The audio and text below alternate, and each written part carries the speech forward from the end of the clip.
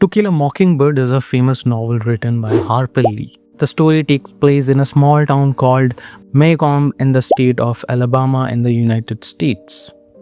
The time period is the Great Depression, a very difficult era when many people were poor and struggling to survive. The story is told from the point of view of a young girl named Scout Finch, whose full name is Jean Louise Finch. She narrates the story as an adult, but she describes events that happened when she was a child. Scout lives with her older brother Jem and their father Atticus Finch, who is a lawyer. Their mother died when Scout was very young. So Atticus raises the children with the help of their housekeeper Calpurnia. Calpurnia is strict but loving, and she teaches the children many important lessons about respect, kindness, and discipline. Atticus is calm, wise, and fair. He believes strongly in justice and equality even when society around him is unfair. Every summer, a boy named Dill comes to visit his relatives in Macomb. Dill quickly becomes Scout and Jem's best friend. The three children spend their days playing, imagining stories and exploring their neighborhood. They are especially curious about their strange neighbor, Boo Radley. Boo lives in a large old house nearby but never comes outside because no one sees him. People in the town create many scary rumors about him. Some say he once stabbed his father, while others say he is dangerous or mentally unstable. The children become fascinated by Boo. They imagine him as a frightening monster and create games and stories about his life. Sometimes they dare each other to run near his house or touch the front gate. Although they are scared, their curiosity keeps pulling them back towards the mysterious house. One day the children notice a tree near the Radley house that has a small hole in its trunk. Inside this hole, they begin to find small gifts. At first, they discover chewing gum and old coins. Later, they find carved soap figures that look exactly like Scout and Jem. These gifts surprise and confuse the children. They realize that someone is quietly watching them and showing kindness, but they do not know who it is. As time passes, the children begin to suspect that Boo Radley might be the one leaving the gifts. They try to leave a thank you note for him, but Boo's brother fills the tree hole with cement before they can do so. This ends their secret communication and leaves the children feeling disappointed and curious. Meanwhile, Scout begins school and learns that not everyone in Macomb lives the same kind of life. She meets a boy named Walter Cunningham, who comes from a very poor family. One day, Jim invites Walter to their home for lunch. Walter pours syrup all over his food, which surprises Scout. When she comments on it rudely, Calpurnia scolds her and teaches her an important lesson. She explains that people may live differently, but they should always be treated with respect. Soon, a major event begins to change the lives of the Finch family. Atticus accepts a difficult legal case. He agrees to defend a black man named Tom Robinson, who has been accused of attacking a white woman named Myla Ewell in the deeply racist society of Macomb. Many people are shocked and angry that Atticus is willing to defend a black man.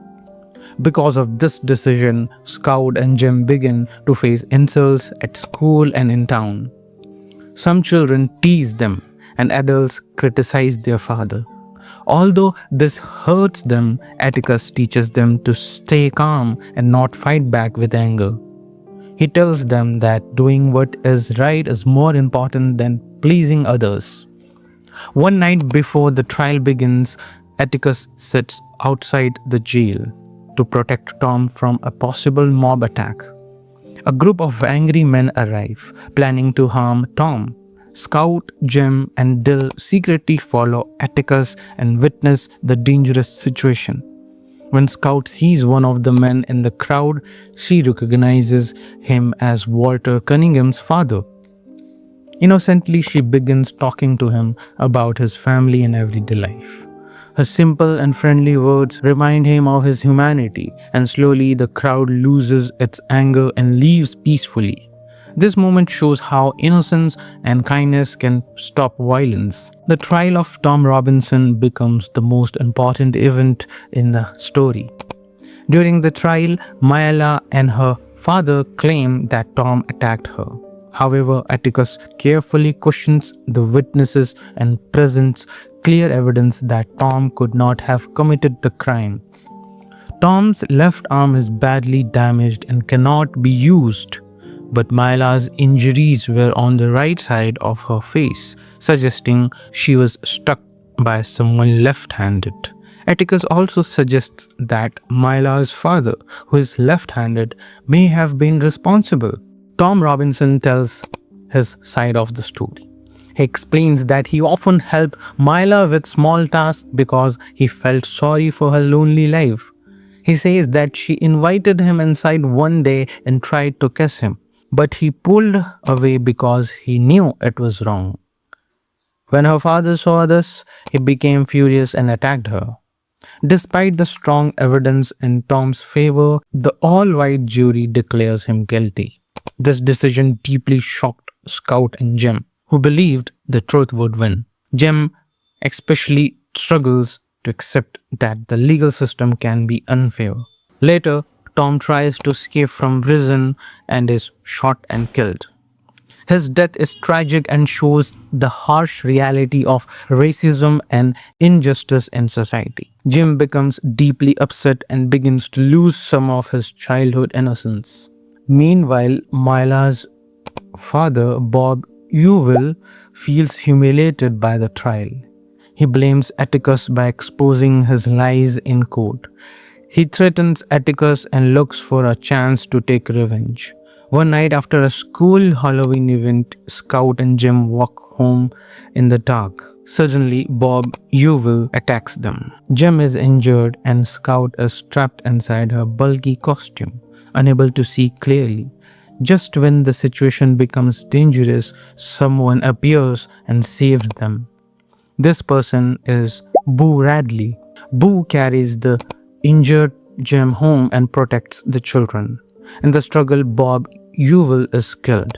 Later, the town sheriff decides to report that Bob Ewell fell on his own knife. He does this to protect Boo from public attention and legal trouble, since Boo is shy and has lived a quiet life away from society.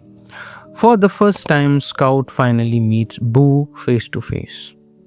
She realizes that he is not a frightening monster at all. Instead, he is a gentle, shy, and kind man who has been quietly caring for them for years. She understands that many people judged him unfairly without knowing the truth. At the end of the story, Scout walks Boo back to his home. As she stands on his porch, she imagines how he must have watched the world from his window, observing her and Jem growing up. This moment helps her fully understand one of Atticus's most important lessons, to see life from another person's point of view. The title of the novel comes from a lesson Atticus teaches his children. He tells them that it is wrong to harm a mockingbird because mockingbirds do nothing except sing beautiful songs and bring joy. In the story, the mockingbird becomes a symbol of innocence. Both Tom Robinson and Boo Radley are like mockingbirds because they are harmless people who suffer due to others' cruelty and misunderstanding. By the end of the novel, Scout matures greatly.